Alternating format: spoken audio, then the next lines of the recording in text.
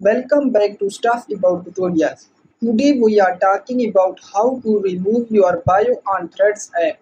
Why would you want to know how to remove your bio on Threads app? Well, maybe it is your first time using Threads and not sure how to remove your bio on Threads app.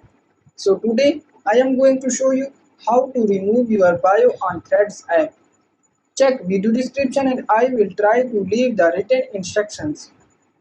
Removing your bio on Threads app is quite simple and easy to do, and the process is same for Android and iOS devices. Let me show how you will remove your bio on Threads app. First of all, open Thread app in your device, and now here is my Thread home screen.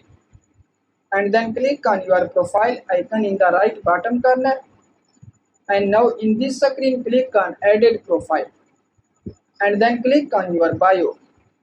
And now click on cross icon to remove this bio from Thread app.